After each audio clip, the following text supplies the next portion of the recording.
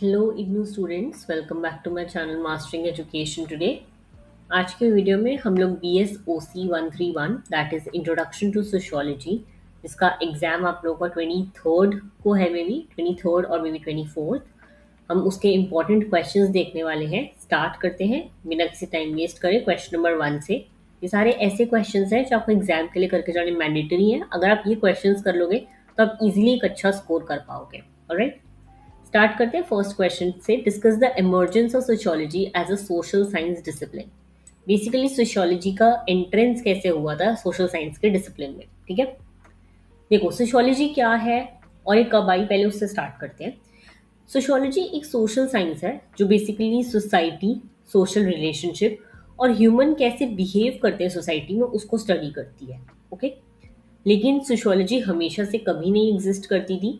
ये 19th century में, alright, याद रखना इस चीज़ को, 19th सेंचुरी में यूरोप में एक अलग डिसिप्लिन के रूप में डेवलप हुई थी।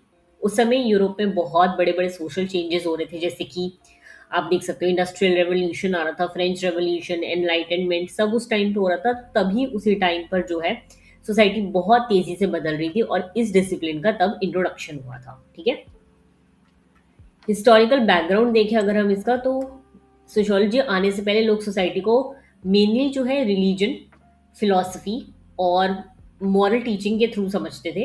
अगर कोई भी सोशल प्रॉब्लम, कोई भी सोसाइटी में प्रॉब्लम होती थी तो लोग उसका एक्सप्लेनेशन या तो धर्म के बेसिस पे या फिर फिलॉसफी के आइडियाज के बेसिस पे देते थे। लेकिन धीरे धीरे लोगों को लगा कि सोसाइटी को भी साइंटिफिक तरीके से स्टडी किया जा सकता है, और बिल्कुल वैसे ही जैसे वो लोग फिजिक्स और बायोलॉजी को स्टडी करते थे, तो उन्होंने सोसाइटी को भी वैसे ही स्टडी करना स्टार्ट करा और यहाँ से जो है सोशियोलॉजी का फाउंडेशन हुआ था। ओके, अब अगर हम देखें कि impact of French revolution, enlightenment, इनका क्या इम्पैक्ट रहा है, तो देखो सबसे पहला इंपॉर्टेंट फैक्टर है एनलाइटनमेंट। एनलाइटनमेंट जो है आपका 18th सेंचुरी का एक बहुत बड़ा इंटेलेक्चुअल मूवमेंट था। इस मूवमेंट ने लोगों को सिखाया कि हर चीज़ को ब्लाइंडली मत एक्सेप्ट करो, रीज़न ढूंढो, उसके पीछे लॉजिक ढूंढो। और जितने भी थिंकर्स थे उस टाइम पे, जो भी पढ़े लिखे लोग थे थिंकर्स, उन्होंने कहना शुरू किया कि अगर नेचर को साइंटिफिक मेथड से समझा जा सकता है तो सोसाइटी को भी समझा जा सकता है, सिंपल।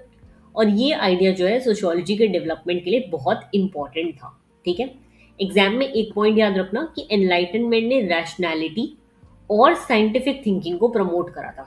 इसका बात याद रखना कि एनलाइटनमेंट का बेसिकली मतलब था कि हर चीज़ को क्वेश्चन करो, दिमाग चलाओ अपना, बेसिकली। ठीक है, अगर हम फ्रेंच रेवोल्यूशन का इम्पैक्ट देखें तो दूसरा मेजर फैक्टर फ्रेंच रेवोल्यूशन आता है इमरजेंस में। फ्रेंच रेवोल्यूशन ने यूरोप की पॉलिटिकल और सोशल स्ट्रक्चर को कम्प्लीटली चेंज कर दिया था। इस रेवोल्यूशन ने मोनार्की और एरिस्टोक्रेसी की पावर को चैलेंज किया था। जब जो लोग वहाँ पे रूल कर रहे थे उस टाइम पे, उनकी पावर को चैलेंज करा था। और इन लोगों ने लिबर्टी, इक्वालिटी और फ्रेटर्निटी, ये इनके कॉन्स्टिट्यूशन की तीन चीज़ें, इन जैसे तीन आइडियाज़ को जो है प्रमोट करा था। लेकिन इतने बड़े चेंजेस के बाद जो है सोसाइटी में काफ़ी ज़्यादा इनस्टेबिलिटी हो गई थी, काफ़ी ज़्यादा चेंजेस आ रहे थे। तो लोगों के माइंड में बहुत अलग तरह के क्वेश्चंस आते थे कि सोसाइटी को कैसे हम सही रखें, सोशल ऑर्डर, लोग एक दूसरे के आपस में मिलकर कैसे रहें, चेंज क्यों होता है, ये सब। इन्हीं क्वेश्चन के आंसर ढूंढने के लिए जो है सोशियोलॉजी डेवलप हुई, सिंपल।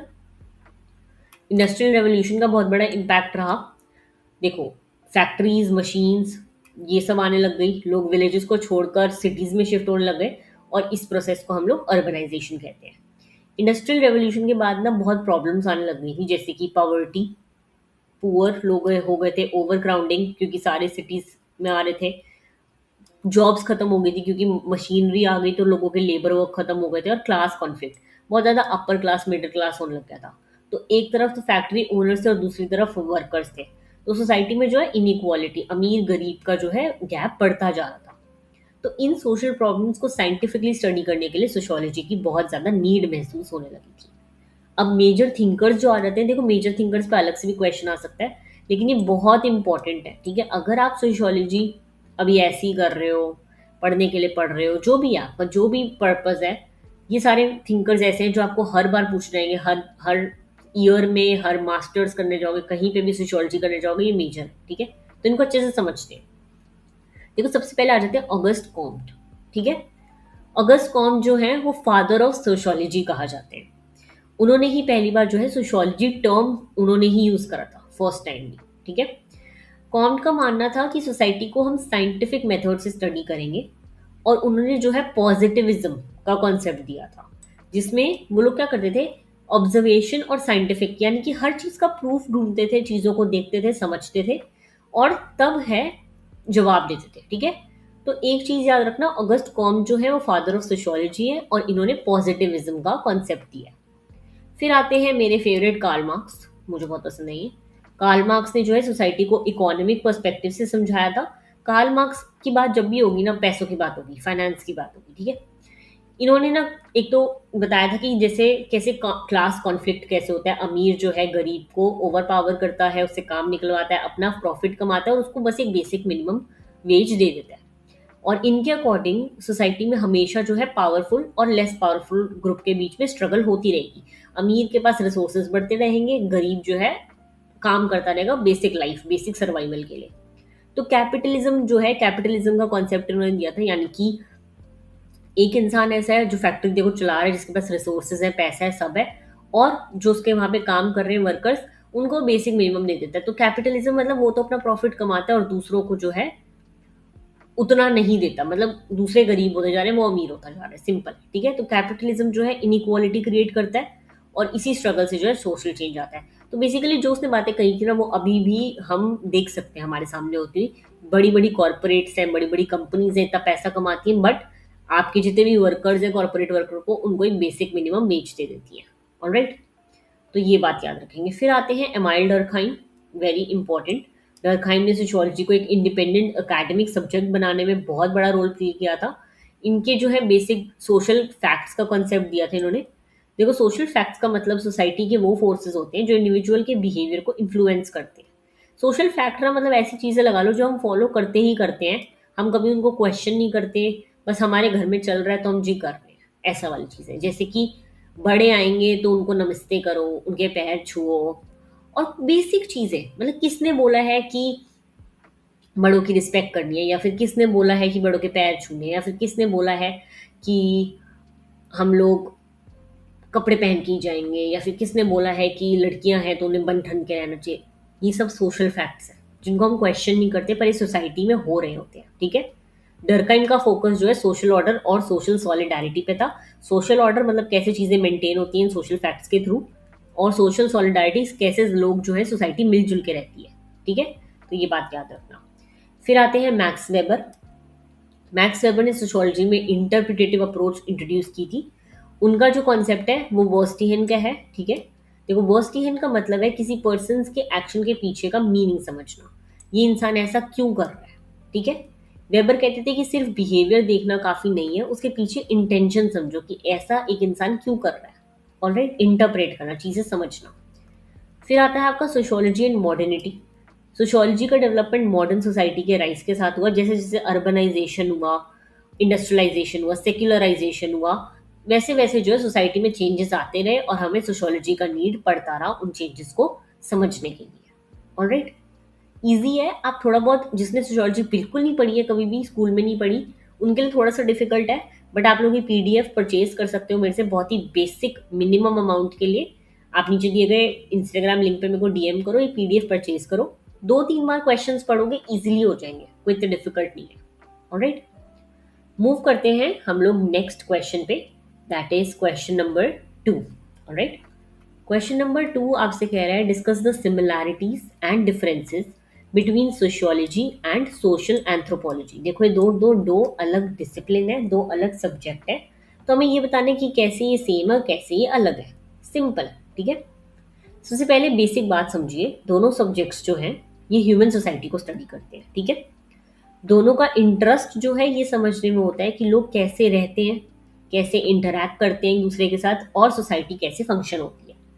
इसी वजह से कई बार जो है दोनों सब्जेक्ट्स बहुत ज़्यादा सेम लगने लगते हैं। तो अब हम देखेंगे कि क्या सेम है इनमें और क्या अलग। देखो, सेम अगर हम देखें तो दोनों जो है ह्यूमन सोसाइटी के बारे में पढ़ रहे हैं। फैमिली, रिलीजन, एजुकेशन, पॉलिटिक्स, ये सारे इंस्टीट्यूशन दोनों सब्जेक्ट में स्टडी होते हैं। दोनों का अप्रोच साइंटिफिक और एम्पिरिकल है, यानी कि अजम्पशन के बेसिस पे नहीं है, मानने के बेसिस पे नहीं है।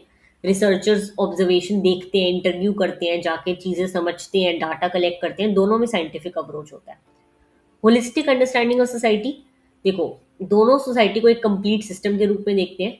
ये मानते हैं कि फैमिली, रिलीजन, जितने भी इंस्टीट्यूशन है सब एक दूसरे से कनेक्टेड होते हैं, तो दोनों की सेम अप्रोच है। कंपैरेटिव पर्सपेक्टिव है, कंपैरिजन से रिसर्चर को सिमिलैरिटी डिफरेंस समझने में हेल्प होती है और दोनों में ये यूज होता है। ठीक है। क्वालिटेटिव मेथड भी दोनों में यूज होते हैं, आप ऑब्जर्वेशन करते हो, इंटरव्यू करते हो, केस स्टडीज पढ़ते हो। तो ये तो हो गई सारी सिमिलैरिटीज। अभी डिफरेंट कैसे है देखो। सबसे पहले है स्कोप ऑफ स्टडी। सबसे इंपॉर्टेंट डिफरेंस है, सोशियोलॉजी जो है ट्रेडिशनली अभी के टाइम का, पुराने टाइम पे भी मॉडर्न और इंडस्ट्रियल सोसाइटी को स्टडी करती थी। ठीक है, सोसाइटी पूरी एक। वहीं सोशल एंथ्रोपोलॉजी जो है बेसिकली सिर्फ ट्राइबल और ट्रेडिशनल पुरानी टाइम की सोसाइटी को डिस्कस करती है। अभी के टाइम पे अगर हम देखें तो सोशियोलॉजी मॉडर्न सोसाइटी को देखती है। Sorry sorry. दूसरा है unit of analysis. Sociologist usually जो है लार्ज इंस्टीट्यूशन और लार्ज पॉपुलेशन को स्टडी करते हैं, बहुत बड़े बड़े यूनिट्स, रिलीजन क्या होता है, मैरिज क्या होता है, कास्ट क्या होता है। वहीं एंथ्रोपोलॉजिस्ट जो है वो स्मॉल कम्युनिटीज में देखते हैं चीजें, एक कोई कम्युनिटी उठा ली और उनकी डेली लाइफ को स्टडी करते हैं। ठीक है। रिसर्च मेथड सोशियोलॉजी में बेसिकली जो है सर्वे और क्वेश्चनेयर वगैरह समझे जाते हैं। वहीं सोशल एंथ्रोपोलॉजी में पार्टिसिपेंट जाके देखने में चीजें ज्यादा देखते हैं। हिस्टोरिकल डेवलपमेंट में कहूँ तो सोशियोलॉजी इंडस्ट्रियल रेवोल्यूशन और मॉडर्नाइजेशन के रिस्पॉन्स में हुई थी, हमने देखा। वहीं social anthropology colonial period British के टाइम से चलती आ रही है। फोकस ऑफ इंक्वायरी देखो, सोशियोलॉजी का फोकस ना सोशल स्ट्रक्चर पर, कैसे कास्ट क्लास ये एक दूसरे से क्लैश होते हैं, सोशल प्रॉब्लम्स हमारी सोसाइटी में जो है, कास्ट की प्रॉब्लम हो गई, इनइक्वालिटी की प्रॉब्लम हो गई, ये सब सोशल चेंज, कैसे हमारी सोसाइटी चेंज हो रही है, सोशल रिलेशन, इन सब पे ध्यान देता है। वहीं एंथ्रोपोलॉजी जो है वो छोटी चीजों पे, जैसे कल्चर, कस्टम, रिचुअल, ये सब पे। ठीक है। अगर हम दोनों का कन्वर्जेंस देखें साथ आना, तो ये है कि आज के टाइम में दोनों सब्जेक्ट के बीच का डिफरेंस कम होता जा रहा है। आज सोशियोलॉजिस्ट भी कल्चर और एवरीडे लाइफ को स्टडी करते हैं और एंथ्रोपोलॉजिस्ट भी जो है अर्बनाइजेशन, माइग्रेशन जैसे मॉडर्न टॉपिक्स पर काम करते हैं। तो दोनों एक दूसरे के थ्योरीज और मेथड एक दूसरे से बोरो करके ही पढ़े जाते हैं। ऑलराइट, अब हम आते हैं नेक्स्ट क्वेश्चन पे, दैट इज क्वेश्चन नंबर 3। या फिर अभी के लिए क्वेश्चन नंबर 3 छोड़ देते हैं। आप लोग पहले ये वीडियो देखो, इससे समझो और मुझे नीचे बताओ कि क्या ये मेथड सही है, मैं ऐसे ही पढ़ाऊं। और अगर आप लोग को हिंदी पीडीएफ चाहिए तो आपको ये पूरा पीडीएफ जो है हिंदी में मिल जाएगा। लेकिन अगर आप लोग चाहते हो कि मैं हिंदी में समझाऊं तो आप वो भी मेरे को बता सकते हो। ठीक है। तो पहले मुझे रिव्यू दो कि कैसे हम आगे बढ़े। अलग से मैं हिंदी में समझाना स्टार्ट करूं या फिर हम ऐसे ही रखेंगे, दोनों में से किसी एक का बताओ। ऑल्सो अगर आपको पार्ट 2 चाहिए तो मुझे उसका भी बताना। अगर इस वीडियो पे रिस्पॉन्स अच्छा रहता है, आप इसको शेयर करो, लाइक करो, सब्सक्राइब करो चैनल को, अच्छा रिस्पॉन्स दो, तो मैं पार्ट 2 लेकर आऊंगी बहुत ही जल्दी। ऑलराइट, क्योंकि मुझे पता है आप लोग का एग्जाम है and sociology is my subject, तो I know how to prepare and how to answer the questions. बाकी ऑल द वेरी बेस्ट, मिलते हैं नेक्स्ट वीडियो में। Thank you so much.